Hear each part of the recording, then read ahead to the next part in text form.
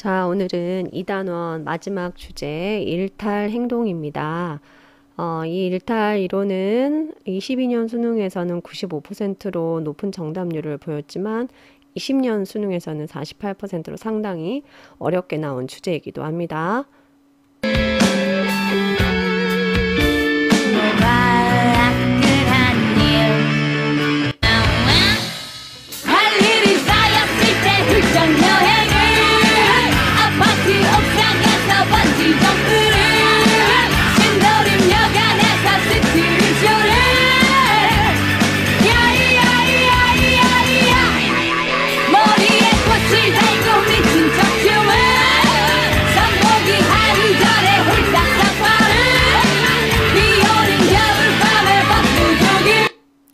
자, 일탈에 관련된 그 노래를 한번 가지고 와봤습니다. 이렇게 행동하면 다 사람들 미쳤다고 하죠. 이게 이제 우리 사회학에서는 일탈이라고 합니다.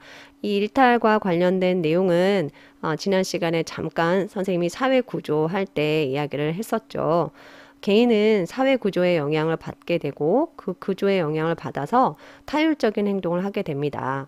하지만 이 구조화된 그 행동을 거부할 때, 그리고 거기에 많은 사람들이 수용할 때는 사회 구조는 변동할 수 있다. 그렇지만 비구조화된 행동이 많은 사람들까지 함께 거부할 경우에는 그것은 사회 문제, 일탈로 규정될 수 있다. 해서 일탈은 다음 시간에 배울 거라고 했던 그 기억이 납니까? 이게 이제 오늘 할 내용인데요. 오늘은 일탈 행동을 이론적으로, 사회학적으로 한번 분석해 보고요. 여러 일탈 행동을 설명하는 이론들이 있어요. 그 이론들의 장단점까지 보도록 하겠습니다. 일탈 행동을 설명하는 이론은 크게 아노미 이론과 차별적 교제 이론, 낙인 이론이 있습니다.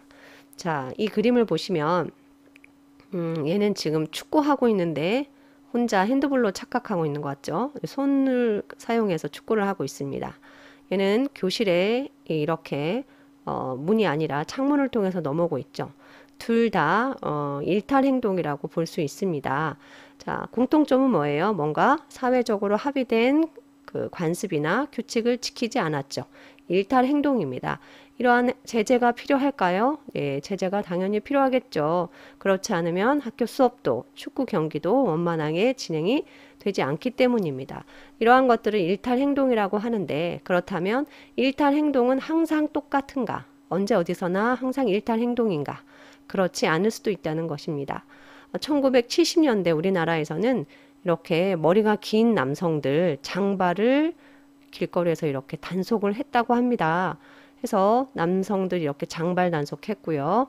또 여성들의 치마, 스커트 길이를 단속을 해서 풍기문란이라고 해서 스커트 길이가 너무 짧으면 안 된다고 해서 이렇게 규정을 했다고 하죠. 해서 일탈 행동이 그 당시에는 일탈 행동이지만 지금은 아니죠. 그래서 일탈 행동은 상대적이다라는 것도 알 수가 있습니다. 정리해볼까요? 일탈은 사회가 정상적으로 인정하는 규범의 허용 한도를 벗어나는 행위를 일탈이라고 하고, 이러한 일탈은 시대나 지역 상황에 따라서 다르게 규정될 수 있다. 상대적이다. 이 일탈이 좋은 역할을 하기도 하죠.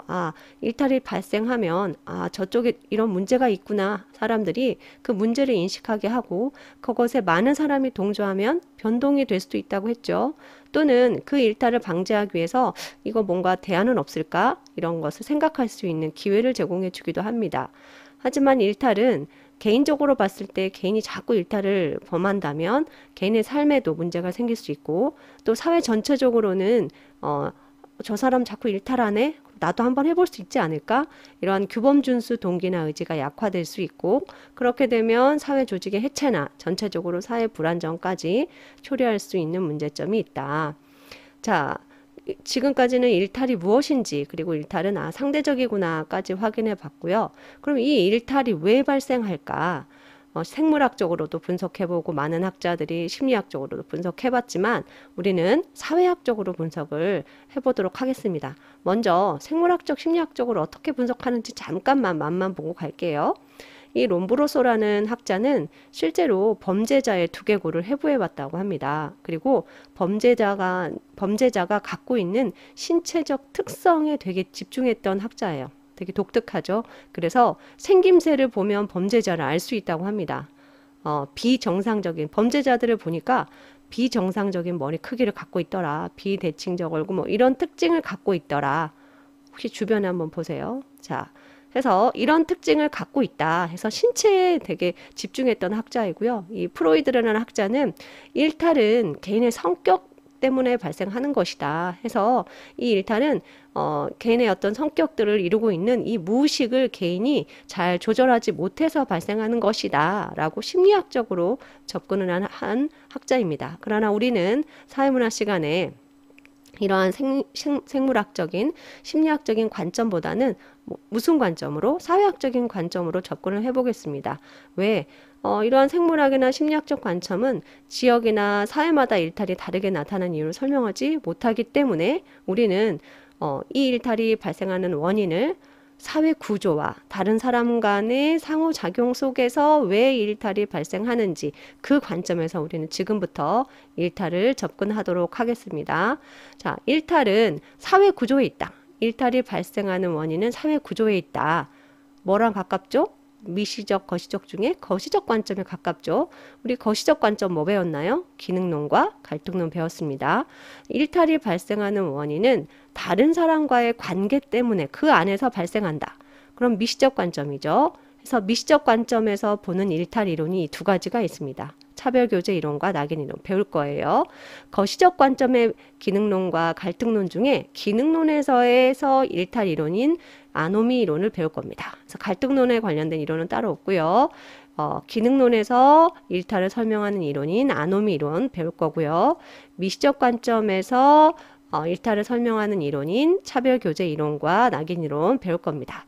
그럼 갈등론 잠깐만 보충해서 보자면 갈등론은 이거 이야기했었죠. 사회는 가진 자와 갖지 못한 자로 나뉘어진다. 그래서 지배계층이 피지배계층을 억압하고 착취하는 게 기본 사회 구조다. 따라서 이 불평등한 사회 구조를 어떻게 하기 위해서 사회 구조를 개선하기 위해서 우리끼리 힘을 합쳐서 사회 구조를 개선시켜야 된다. 그러기 위해서는 늘 사회는 긴장과 갈등과 대립이 있을 수밖에 없고 갈등이 있을 수밖에 없다. 사회는 변화하는 게 당연하다라고 보는 입장이 갈등론이었습니다. 그럼 이 갈등론에서는 일탈을 뭐라고 보겠어요? 이 일탈이라는 건 지배계급이 일탈로 규정했기 때문에 일탈이라는 게 발생하는 거다. 따라서 이 일탈 자체를 없애기 위해서는 이 불평등한 구조를 근본적으로 변화시켜야 된다라고 보는 게 갈등론의 입장입니다. 자, 이제부터는 기능론에서 보는 일탈이 발생하는 원인 아노미 이론입니다. 이 아노미라는 것은 규범이 없다. 무규범 상태. 이것을 아노미라고 합니다. 이 아노미 이론을 주장했던 기능론자들이 뒤르갱과 머튼인데요.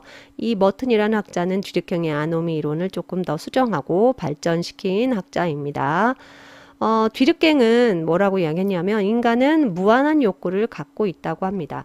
뭐든지 하고 싶다는 거죠. 그런데 사회가 적절히 이를 통제한다고 합니다. 뭐가 통제한다? 규범이 이를 적절히 통제한다. 그런데 이 규범이 제대로 역할을 못하거나 규범이 없거나 이런 상태, 규범이 없는 상태, 규범이 제 역할을 못하는 상태, 어떤 규범을 지켜야 될지 혼란스러운 상태, 그 무규범 상태를 아놈이라고 정의를 했고 그때 인간은 일탈을 하게 된다라고 이야기했던 학자가 뒤르갱입니다. 그래서 이 아놈이라는 것은 규범의 통제력, 무규범 상태, 통제력이 약화된 상태를 아놈이라고 한다. 강했던 사회규범이 약해지거나 없는 상태 또는 상반된 사회규범이 동시에 존재해서 나 어떤 거 지켜야 되지 모르는 혼란 상태를 아놈이라고 했고 이때 사람들은 혼란을 느끼게 되고 일탈을 하게 된다.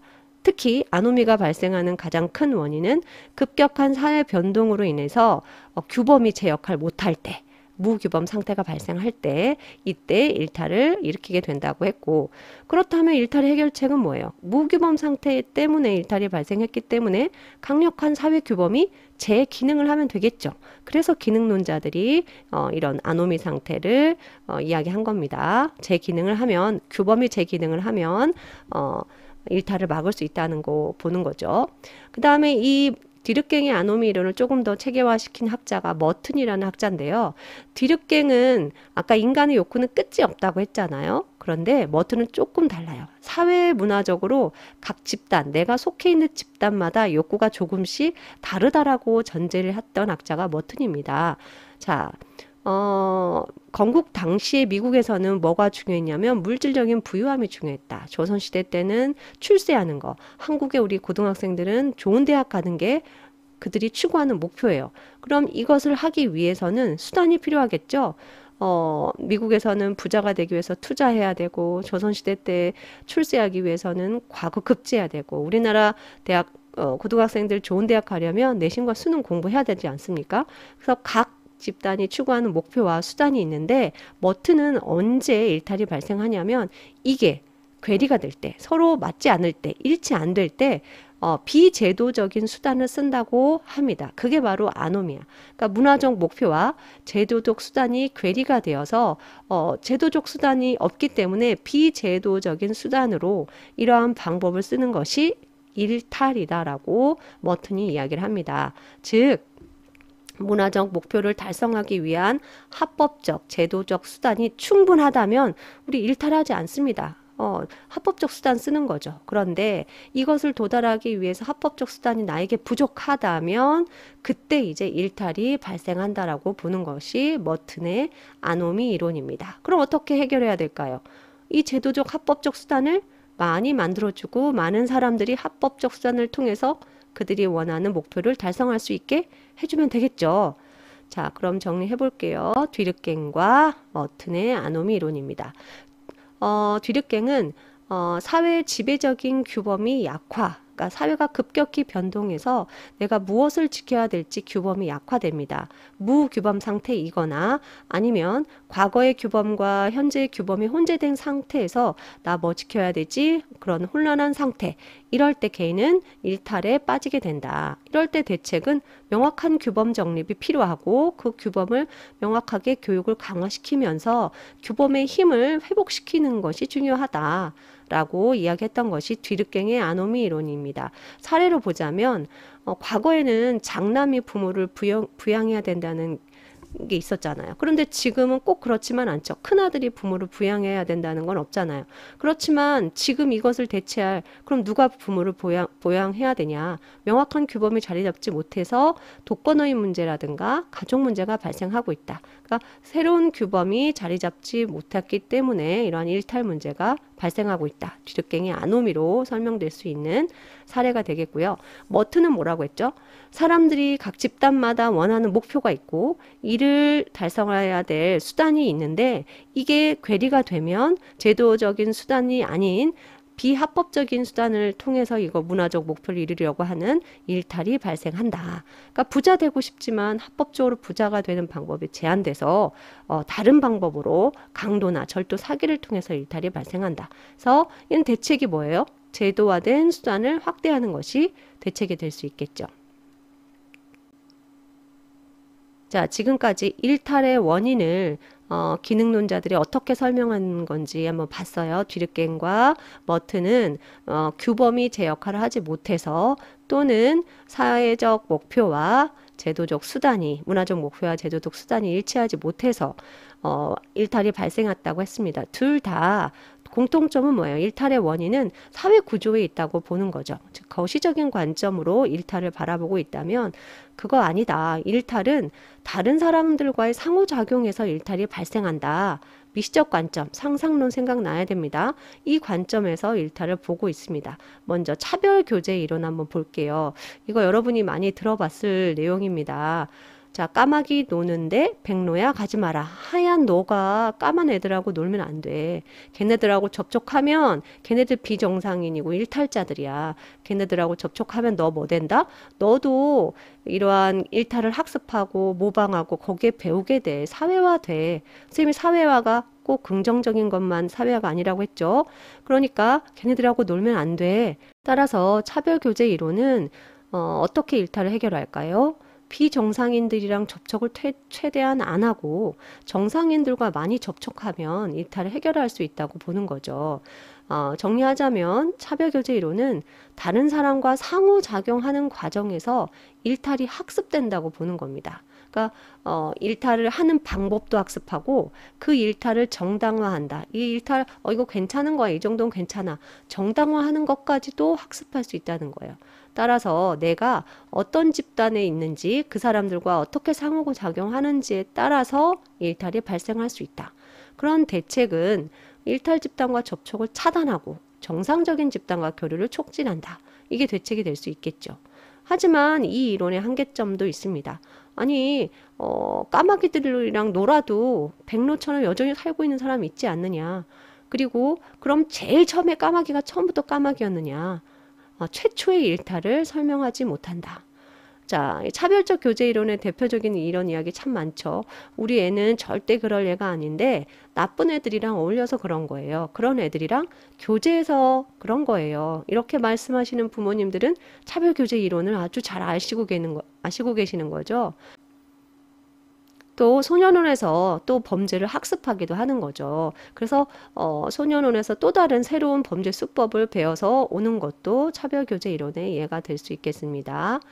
자, 다음에는 마지막 낙인 이론입니다. 낙인이라는 게 찍는 거죠. 찍는 거. 이놈 쉑 삐 나오죠. 이렇게 계속 그 사람에게 부정적인 그 반응을 계속 보이면 이 상대방, 이 부정적인 반응을 받는 상대방은 나는 이런 사람인가? 부정적인 자아 정체감을 형성하게 되고 나 원래 이런 사람이야. 나 그냥 삐뚤어질 거야. 하면서 또 다른 일탈을 벌인다는 게 이 바로 낙인 이론의 특징입니다. 자, 아기를 굶겼더니 죽었다. 일탈인가? 우리 지금 생각하면 당연히 일탈인 거죠. 범죄잖아요. 그런데 한때는 영아 사례가 대표적인 인구 조절 방법이었다. 그러니까 이게 일탈이 아닌 적도 있었다. 어떤 남자가 불륜을 저질렀다. 일탈인가? 어딘가에서는 이게 일탈이 될 수도 있지만 일부 다처제가 있는 나라에서는 일탈이 아닐 수도 있다. 살아있는 개를 매달고 시속 80km 질주한 차량. 이 일탈인가? 범죄로 볼 수 있는가? 이게 1991년 동물보호법이 제정이 된 후부터 이게 동물학대범으로서 범죄로 규정을 하고 있고요. 그 전에는 이거는 일탈로 볼 수는 없습니다. 따라서 낙인 이론은 원래부터 일탈 행위였다는 것은 없다.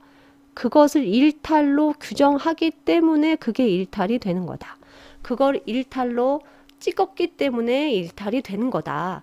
이런 행동들 안 찍었으면 이걸 일탈로 사람들이 안 봤으면 일탈이 아니다. 이것도 일탈로 보지 않는 사회도 있지 않느냐. 우리 사회는 일탈로 보기 때문에 그게 일탈인 것이다. 그러니까 찍고 안 찍고의 문제라는 것입니다. 따라서 정말 중요한 개념이 나와요. 낙인 이론에서는 일탈 행동을 규정하는 객관적 기준이라는 게 없다. 그냥 그 사회가 일탈로 낙인 찍히면 그게 일탈이 되는 거다. 만약 똑같은 행위라 하더라도 똑같이 불륜을 저질렀어도 일탈로 낙인 찍히지 않으면 그 행위는 일탈 행위가 아니다라고 하는 겁니다. 그러니까 낙인 찍냐 안 찍냐가 중요하다. 자, 그렇다면 낙인 이론에서는 일탈을 줄이려면 어떻게 해야 돼요? 최대한 찍는 걸 줄여야 된다.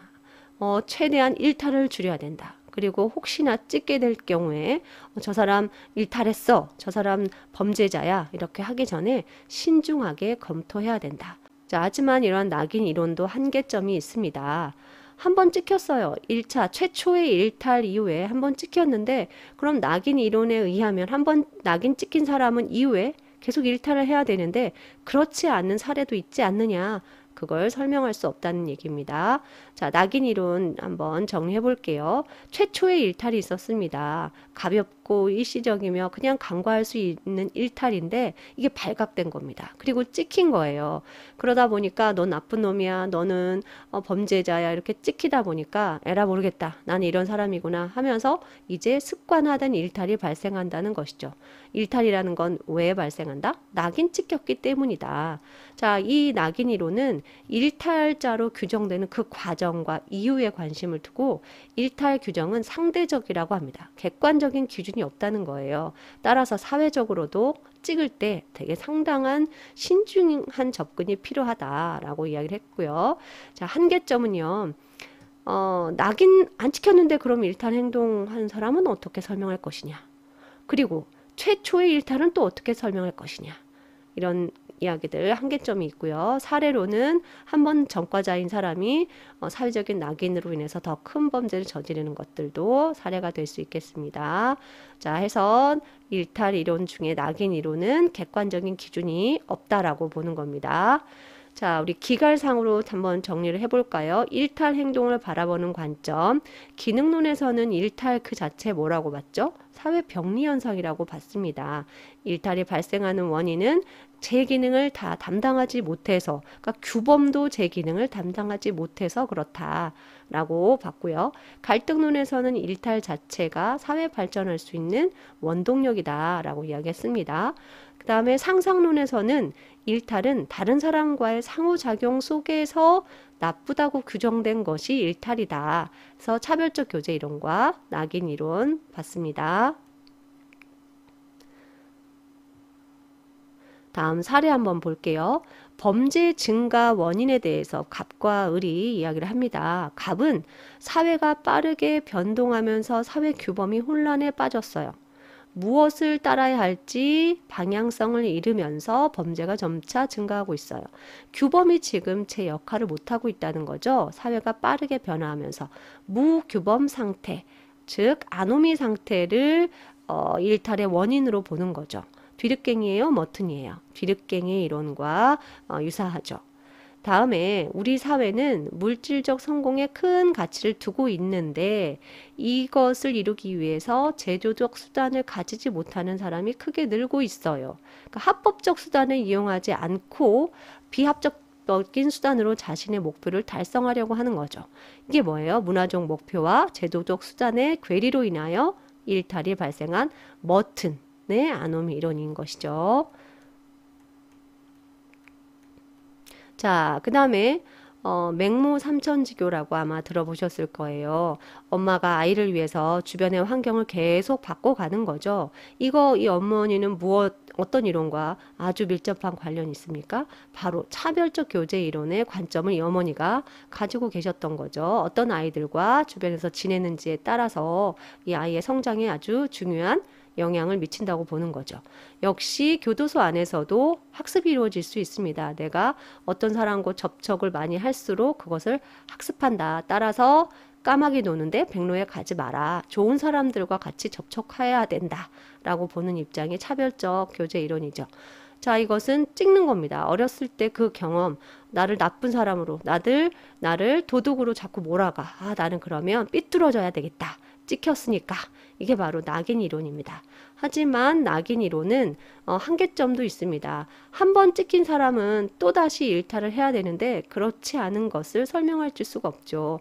둘 다 전과자였지만 한 사람은 이제 사장이야. 새로운 삶을 살게 되었고 다른 사람은 또다시 범죄를 저지르게 됩니다. 낙인 이론은 한 번 낙인 받은 사람이 일탈을 저지르지 않는 상황을 설명해 줄 수가 없다라는 한계점이 있죠. 출소를 앞둔 재소자들과 구인 업체의 만남입니다. 먼저 일자리를 제한을 한다는 것이죠. 그러니까 전과자라는 거 알고도 일자리를 제한했기 때문에 이 사람들은 날 범죄자라고 낙인 찍는 거 아니야? 이런 걱정은 조금 덜 하게 되겠죠.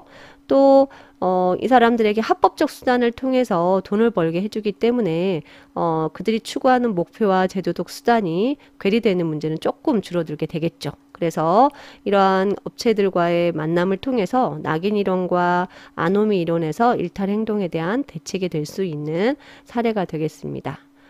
자, 교과서 81쪽 사례 보겠습니다. 학교 폭력이 발생하는 원인이 무엇이라고 생각하십니까? 갑은 폭력을 행사하는 청소년을 사회가 문제아로 단정지었다. 그렇기 때문에 청소년이 자신을 문제아라고 여겨서 또 폭력을 행사하는 거다. 왜 일탈이 발생한다고 보는 거죠? 사회가 그렇게 찍었기 때문이다.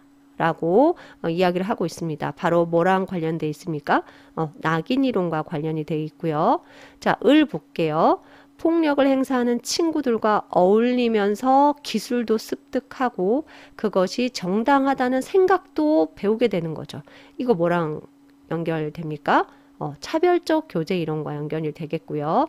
청소년들도 어른들과 같이 물질적 풍요를 누리고 싶어 합니다. 그런데 정상적인 방법으로 이를 축적할 수가 없기 때문에 금품 갈취 등과 같은 폭력 저지르는 거예요. 그러니까 문화적 목표와 제도적 수단이 불일치해서 발생하는 겁니다.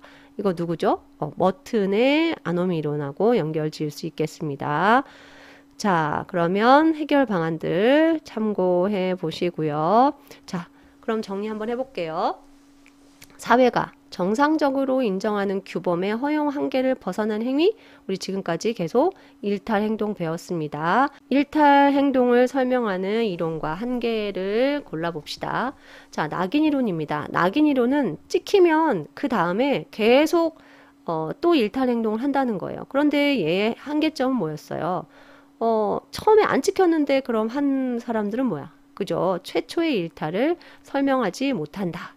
그 다음에 아노미 이론입니다. 아노미 이론은 머튼과 뒤늦갱이 있었죠. 일탈 행동이 발생하는 원인을 규범의 부재 상태라든가 목표와 어떤 수단의 불일치로 봤습니다. 주로 거시적인 차원에서 봤기 때문에 그 안에서 개인 간의 상호작용의 영향력을 소홀히 한다라는 한계점이 있었고, 차별적 교제 이론은 뭐예요? 내가 주로 일탈 행동을 하는 사람과 같이 교제하기 때문에 그런 사람들과 만나서 학습하기 때문에 일탈이 발생한다라는 거죠. 그런데 그러면 학습하지 않고 우연적이고 충동적인 범죄를 설명하지 못한다. 자, 신중한 낙인과 구성원의 올바른 정체성 회복을 도와주는 재사회화를 일탈 행동의 대책으로 강조하는 이론. 그러니까 낙인 찍을 때 신중하게 해야 되고 부정적인 자아 정체감 형성되고 있는 사람에게 회복을 도와주는 것이 필요하다라고 하는 일탈 이론이 바로 낙인 이론이 되겠습니다. 자, 여기까지 해서 2단원 전부 다 끝냈습니다. 수고하셨습니다.